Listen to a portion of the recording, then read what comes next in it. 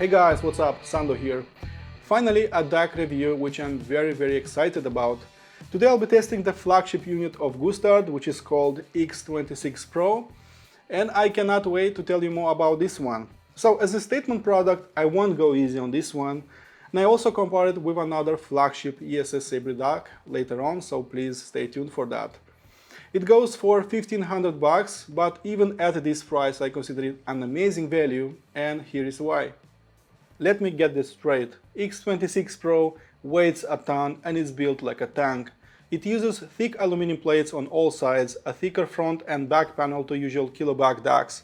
It might not win a beauty contest when it comes to DACs, but it's still a very solid device that is built to very high standards. It has pretty much the same case with their A22 DAC that I reviewed last year. It has the same looking unibody case that is crafted on a CNC machine. It might look raw and unpolished around the edges, but it's not really the case. It's sanded on a smaller scale, so it wouldn't damage your expensive headphones while handling them around. Besides an uninspiring and boring case design, I have really nothing else to complain about. I'm dealing here with a very serious piece of kit that is big, imposing, heavyweight and feature-packed to its teeth. As for controls, on its front plate you'll find an on-off button, a big LED screen in the middle, and on the far right, 4 buttons will let you choose a digital input and a volume level, and the button in the middle will engage its user interface. That menu can also be accessed by its remote control, a much less cumbersome way of dealing with all its settings. On the back you can spot the widest variety of digital inputs as USB, I2S, coaxial, optical, AAC, a Bluetooth antenna socket, and a huge surprise, a 10 MHz clock input, so you can use it with their C16 or C18 clock generators, or of course with other external clocks if you please. The usual RCA and XLR outputs are also present, those are fixed or not, so it can be used as a preamplifier if you please. As for the tech inside it, you'll find 2 flagship ESS 9038 PRO DAC chips in a dual mono configuration. In a high-end DAC, the quality of the master clock is easily the second most important thing after the DAC chip itself, as it controls the timing and the precision of the signal. X26 PRO uses a custom-built femtosecond clock generator called K2. For the current to voltage conversion, Gustard used only discrete components and not a single op-amp is found in its signal path. Its analog low-pass filter also uses only fully discrete components biased into Class A. Again, no cheap op-amps are found in its signal path. Gustard went overkill with its digital input board, as besides a CPU, they even added a flash memory that works as a huge buffer memory so that timing errors or jitter coming from your source shouldn't be an issue. You'll find the best XMOS receiver, the best Bluetooth receiver, and of course an Altera Max 2 FPGA will be doing all the clock management. Its huge capacitance used for power storing and filtering is also much higher even compared to several amplifiers. I'm spotting only Nikon KG capacitors, and those are currently the best Nikon is making, also called as gold tone for their excellent performance. As you can see, Gustard used only top-tier components, dialing up everything to 11. Okay folks, my ears are itching for some music, so let's hit some eardrums. In terms of sound performance, after 1 week of painful burning, finally I sat down for a longer listening session, and the first words that came into my mind were effortless sounding, so gentle in the treble, really powerful down low in the bass, muscular, very dense sounding in the mid-range, fully preserving the naturalness of all musical instruments and of course the pitch of the human voice. So I know only one ESS Sabre DAC that has pretty much the same qualities, and that is my own DAC that I'm using for about 2 years now. So I think that X26 PRO walks the same path with the Matrix Audio Element X, and to me it is just transparency in its truest form and shape. I think it's detailed retrieval incarnate. It is also very natural sounding, so very heavyweight in its mid-range delivery, very punchy in the bass. It has just the right tone to put you into your musical nirvana. It was always bold sounding, and I didn't expect my jazz and my rock collection to sound so electrifying. so alive and so ass-whooping as they did on the X26 Pro. So I will never hail things that don't deserve it, and while I can talk dirty about its uninspired case, about its ugly web page, about its shoddy translation, but I think it rocks really hard when it comes to simple things like playing back your music collection. And I'm again reminded that DAC chips are telling just a very small portion of a much bigger story. Please let me put down the weight that I'm carrying on my shoulders for about a week, and I'll just tell you right away that I think it sounds like one of the best Delta Sigma DACs that I've tried at my place. Easily on the same level with my own Matrix Audio Element X. I think it easily surpasses their A22 DAC, their A18 DAC, of course, the benchmark DAC free, Mytek Brooklyn DAC Plus, Aoun S8, topping D90 MQA, bars and conductor free, Soundco's SGD1 of pretty much any Delta Sigma DAC based on any commercial DAC chip I've heard up to this point. The hype is real, music can't lie, and the hair raising on my spine can't lie either.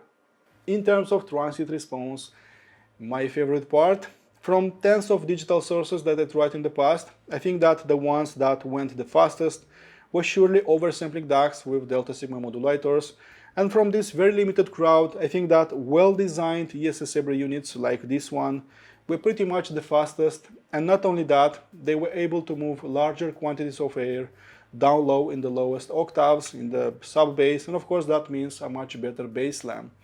So I find it simply immaculate when it comes to bass delivery, not only in terms of speed, but of course in terms of impact as well. No matter the song, it will fully preserve the transient response, and never I have doubted its ability to strike really fast and punch really hard, and pretty much sound much more engaging to any Delta Sigma DAC, well, except for my DAC that sounds pretty much the same. So what was quite interesting is that there are several amplifiers that aren't that amazing when it comes to punch, when it comes to bass delivery, and I think that X26 Pro worked as a cure for those devices, awakening them from their sleep and giving a huge helping hand. And the same can be said about mellow sounding headphones and loudspeakers. The best of Gustard with its overkill capacitance would just infuse more positive vibes, more uplifting beats, and that would work as a cure for slow and boring setups. In terms of detail retrieval, I just want to remind you that Gustard didn't use a single op-amp in its signal path, so none can be found at its LPV stage, IV converter stage, output stage, and everything is just crafted from discrete components. And while listening to it, I always get this feeling that I'm just limited by my hearing abilities and of course by the music itself, as the unit is just capable of showing all the smallest nuances from my music, all the tiniest details. So it will easily show everything that is hidden from the shadows, but without going to the clinical or dry and boring side.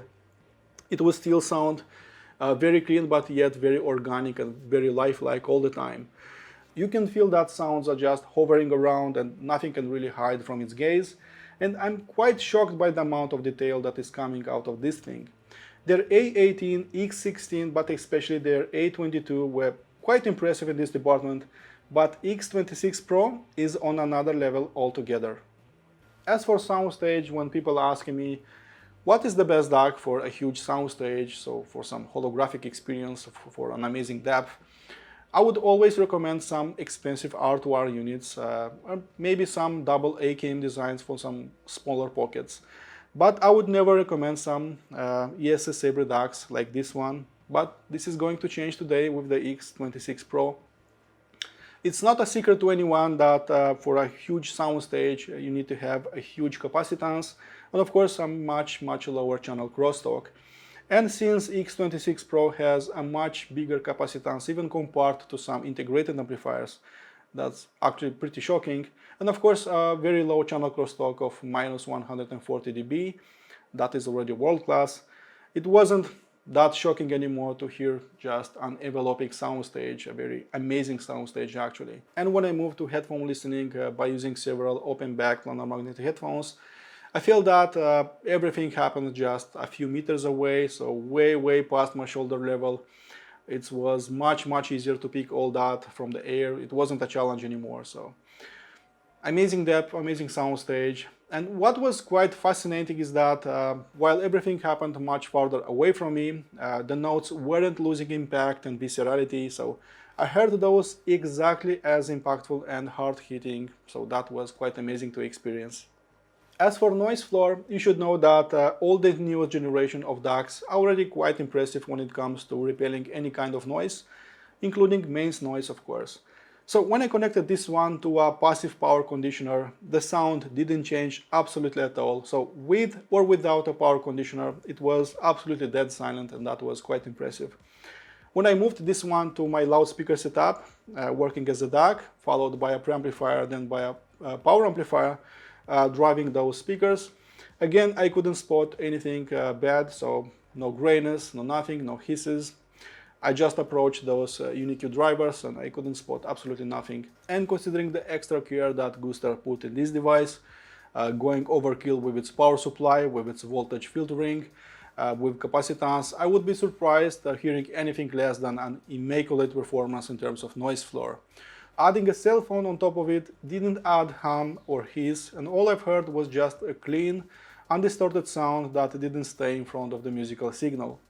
When I moved it to my loudspeaker setup, working as a DAC and as a pre, KEF reference-free loudspeakers sounded pretty much the same as I know them to be, so their transparent and speedy presentation remained intact. It just added some of that Class A warmth into the mix. It added something more body, more low-end delivery, so more bass, more impact, at the cost of being less grippy sounding compared to my Matrix Audio Element X, which actually has an actual line amplifier circuit inside. When this one worked just as a DAC, leaving the preamp duties to the benchmark HPA4, the sound just became more focused, more controlled, and tighter in a way. The difference was quite minor, and I feel that in a less revealing setup, you'll be guessing if you need a dedicated preamplifier or not. As for frequency response, I'll just tell you right away that it's absolutely amazing when it comes to sub-bass and mid-bass. It's absolutely bonkers the way it sounds with electronica and with any bass-intensive music, so it just pounded hard, it went really fast. It went to the lowest octaves, it was easily sustaining all those bass notes, no problem. It was always effortless sounding, also clean, detailed, layered all the time. If you care not only for the quantity but also for the quality of the bass, I don't think I have experienced anything better at less than 2K, so that is important. In terms of mid bass, it's pretty much the same, so it's exactly as powerful, exactly as bold sounding, so that Class A easiness and flow is all over in this region, and I think it cannot get any better than this in terms of bass. As for mid-range, it doesn't sound at all like regular ESS Sabre units, so I don't find it linear, I don't find it neutral in here, I don't find it thin, lifeless, boring. It was never bright sounding, on the contrary actually, so it was always bold, warm sounding in here. I would never guess that two double ESS Sabre DACs are sitting inside this one. I guess that it's Class A working principle, and of course the absence of those op amps made the sound just more liquid, more lifelike, and of course much closer to the real thing. Treble is the standard ESS Sabre affair without the usual glare and brightness that is associated with this particular chipset. So it goes sky high, there are as many details as you please, you will not find any kind of nasty ringing in here, so its timing is perfect, so again it is free of any brightness, of any harshness. The most interesting part is that X26 PRO was always connected to a benchmark HPA4 that is pretty much straight as a line and doesn't awake that many emotions. It can even transform several sources into bright ones, but that never happened even for a microsecond with the Gustard unit. I'm glad to tell you that it pairs very well with lean and linear setups, and you can easily use it with bright setups as well. For a proper comparison between two of the best Delta Sigma DACs that I tried so far, the Matrix Element X and the X26 PRO, please check out my written review that I put below. It's on chapter 9 and I promise that it's worth your time. Okay guys, conclusion time. So it should be pretty clear by now how impressive it sounded in several setups of mine, and it's not that often when you see a fully discrete output stage, dual mono design, custom master clock, some oversized toroidal transformers, and of course best-in-class capacitors in a device that costs less than 2K. Gustard left me plenty of signs on what should I expect, and it indeed delivered on all its promises, and it managed to score a top spot in my DAC rankings. X26 Pro performed like a true high-end DAC, brawling with the best there is, with just a mid-fi price tag attached to it. Okay guys, my full in-depth review can be found on my website. In case you want to support this channel, please subscribe to it, and as usual, listen to my music, be positive, and I'll see you next time. Cheers, bye bye.